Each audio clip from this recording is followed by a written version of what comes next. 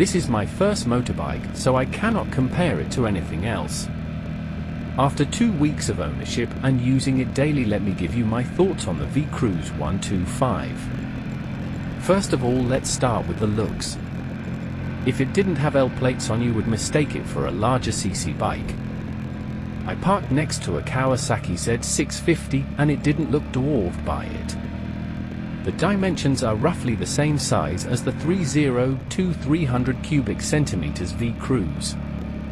I am 6 feet 2 inches and 19-ish stone, and I don't feel stupidly big on it, cramped or uncomfortable. The black and yellow work really nice, and I like that they have gone for a black exhaust. Although it is a bit big and ugly, it fits the theme, and overall the bike looks great. It could be mistaken for a Harley. The mirrors are mounted on the bar ends and hang below the bike.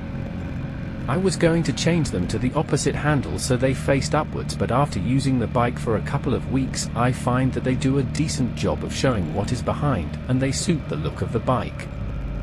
There are no vibrations while driving along. The only issue with the mirrors under the handlebars is that with my frame I find that a tight turn or U-turn causes the mirrors to hit my knee and require readjusting. The V-Cruise has large disc brakes front and rear.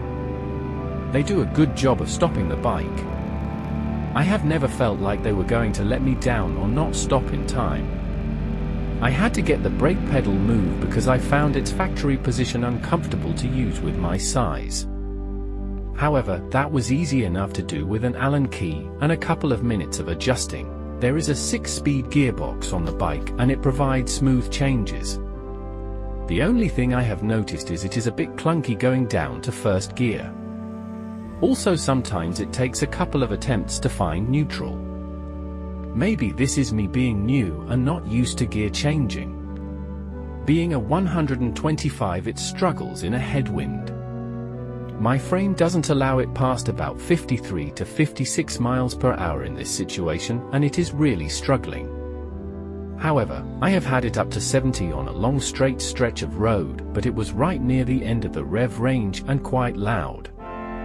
It is far happier around 55 to 60 miles per hour. Also, it struggles up steep hills, as you would expect. But in most situations, such as exploring country lanes and single carriageways, it is more than good enough to have fun and not feel like you're holding traffic up.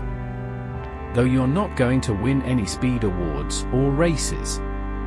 But in every other situation the bike feels great. Sure, it isn't fast, but it is responsive. There is enough grunt when you twist the throttle for it to start pulling and moving in any gear. It makes a nice low-down burble as you accelerate and doesn't sound like the average 125 until you get very high up the rev range. The fuel gauge isn't very accurate. It was full when I picked up the bike, and when it was flashing empty, I could only get 8 to 9 liters in, meaning there was about a gallon left in there. It also can lose a couple of bars if you park it on the stand and it changes going up and down hills. However, the fuel consumption is good. Even with my large frame, I am averaging about 100 miles to the gallon. The headlight is large and bright. At night the dip beam could be better, but I find the full beam perfectly adequate for seeing down the road. The bike generally is comfortable to use. Everything is easy to reach. The low down seat position means people of all heights should be comfortable using the bike. However, after riding around on and off for half a day, even with padded shorts, my backside was sore. If you plan to use this for longer journeys, I suggest taking a break every hour, 90 minutes. Near the end of the day, I was finding myself standing up in traffic or at junctions to relieve the aching a bit. I definitely would not want to use it with the current seat to carry a pillion passenger. The bike is on the expensive side. It is £4,500 plus on the road costs. That is more expensive than a Royal Enfield 350 Meteor. However, it is a lot of bike for the money. Everything feels well made and sturdy. Don't let it being a Chinese bike put you off. This isn't a cheaply made bike. If you only plan on keeping it a short while when learning, it may not be for you, but it is good enough to use for the long term. It may well be a sound investment for those who want to stick to a lower capacity bike or have a runabout.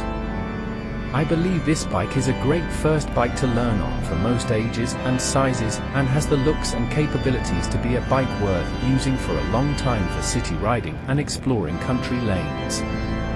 I don't feel that I would be in a rush to get rid of it when I pass my motorbike test. It wouldn't be well suited for long journeys on dual carriageways or motorways, as anything above 60 miles per hour feels to be really pushing it. It is happiest between 55 to 60 miles per hour. It is the perfect bike for learning on, getting around town and exploring the twisty country lanes.